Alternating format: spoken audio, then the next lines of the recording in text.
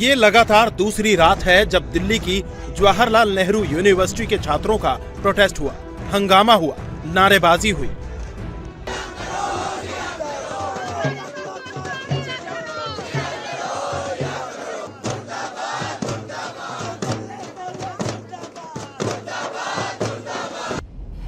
एक तरफ जेएनयू छात्र संघ है तो दूसरी तरफ दिल्ली पुलिस, और इन सब के बीच पिछले करीब 2 दिनों से हंगामा जारी है।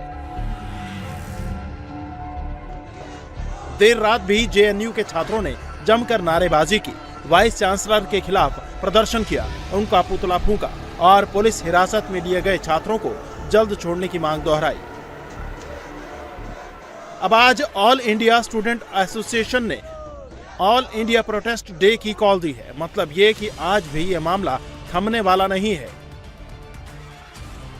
हमारे लोगों को डिटेन किया गया, लगभग 52 लोगों को डिटेन किया गया, 14 लोगों पर एफआईआर हुई और आज उन्हीं की रिहाई के लिए जेएनयू के बच्चे फिर इकट्ठे हुए हैं, उनकी रिहाई के लिए। और जब तक उन्हें रिहाई नहीं मिलती, उनको बेल मिल गई है, उसके बावजूद जानबूझ के पुलिस उनका जो रिलीज प्रोसेस है उसको डिले कर रही है।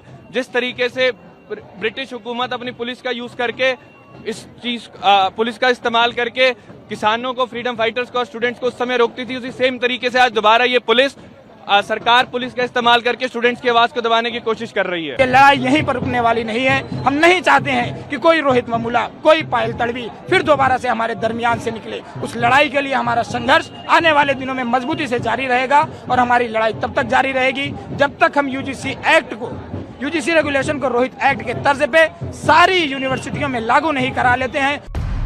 जेएनयू के छात्रों के हंगामे की शुरुआत गुरुवार को तब हुई थी जब जेएनयू छात्र संघ ने बिना इजाजत अपनी मांगों के सपोर्ट में प्रोटेस्ट करने की कोशिश की।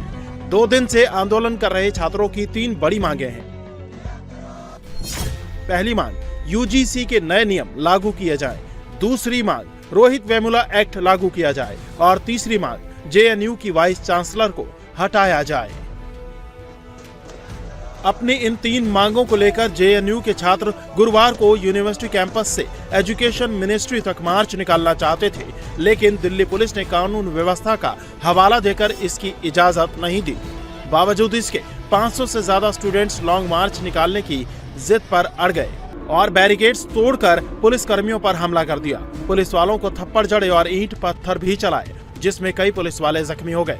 मामला बढ़ा तो छात्र संघ के अध्यक्ष समेत 14 छात्रों को अरेस्ट किया गया। हालांकि शुक्रवार को कोर्ट ने इन सभी को जमानत दे दी।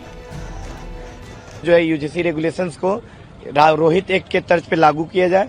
दूसरा कि जो पब्लिक यूनिवर्सिटीज में लगातार फंड किया जा रहा है और जेएनयू में जो लगातार फंड किया जा रहा है, उस फंड को जो है कम किया जाए और हमारे यूनिवर्सिटी को फंड दिया जाए। तीसरा, जो कैस्टिस्ट वीसी ने बयान दिया था, उस बयान पे जो है वो माफी मांगे।